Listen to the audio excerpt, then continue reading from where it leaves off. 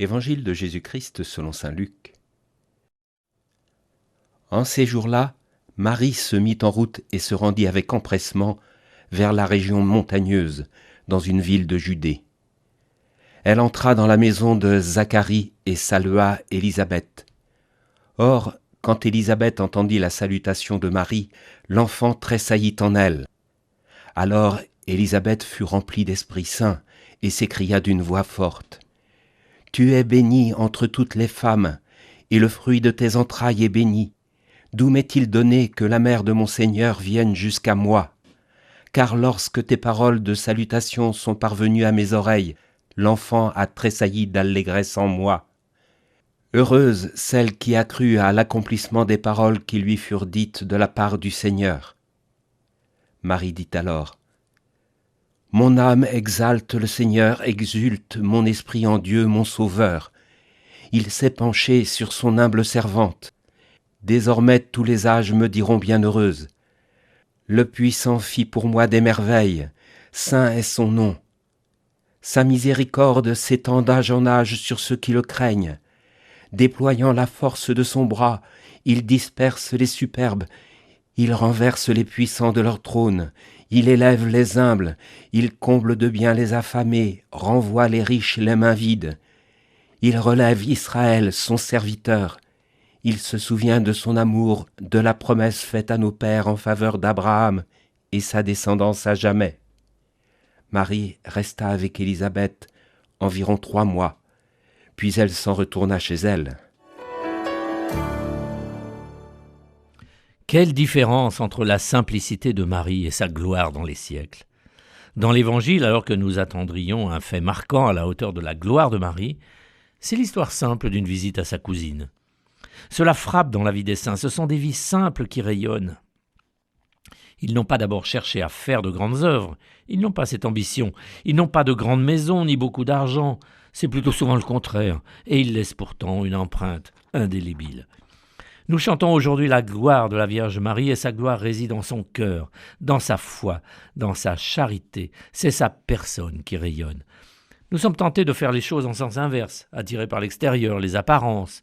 Nous rêvons de grands projets, mais nous poursuivons moins l'intérieur, c'est-à-dire la construction en nous d'une maturité qui seule pourra véritablement rayonner. Et alors nous risquons de nous épuiser à l'extérieur, mais d'être vides à l'intérieur. Cette maturité nécessaire, cette construction intérieure ne peut se faire que dans la proximité avec le Christ. Marie est celle qui a fait la plus grande chose, en étant seulement mère. La vocation des femmes accomplie en grand. Elle est la patronne des mères au foyer. Elle nous rappelle la valeur de la vie ordinaire, la sainteté de la vie ordinaire qui est tellement décriée aujourd'hui par les hordes qui hurlent à l'exploitation de la condition féminine, refusent la maternité, comme si c'était une malédiction. Et pourtant, Marie rayonne dans cette vie discrète plus que toutes, car elle est la plus proche du Christ, l'Immaculée Conception. Car être immaculée implique d'être unie au Christ. L'un n'est pas possible sans l'autre. Elle est celle qui, dans cette communion à son Fils, entend sa voix, la garde et la médite en son cœur et peut dire « Faites tout ce qu'il vous dira ». Aujourd'hui, elle monte au ciel, après toute sa vie passée avec son Fils, notre Sauveur. Marie, c'est une invitation pour nous. Il nous faut laisser Dieu forger notre caractère, notre personnalité, pour qu'il puisse se servir de nous et que nous puissions lui servir. Pour cela, il nous faut être plus passionnés de Dieu que de nos projets. Il faut le chercher avec un cœur brûlant. Il nous faut aimer nos frères et sœurs avec ce même amour, être présent aux choses simples, retrouver leur valeur. Ce fut la joie de la Vierge Marie que d'être destinée à quelque chose de grand. Sa joie de se laisser modeler par le Christ, instruire par lui. Oui, quel mystère que la foi. C'est à la fois plus simple et plus grand que tout ce que nous pouvons imaginer. Au départ, on se dit « je vais faire, ou du moins j'en rêve.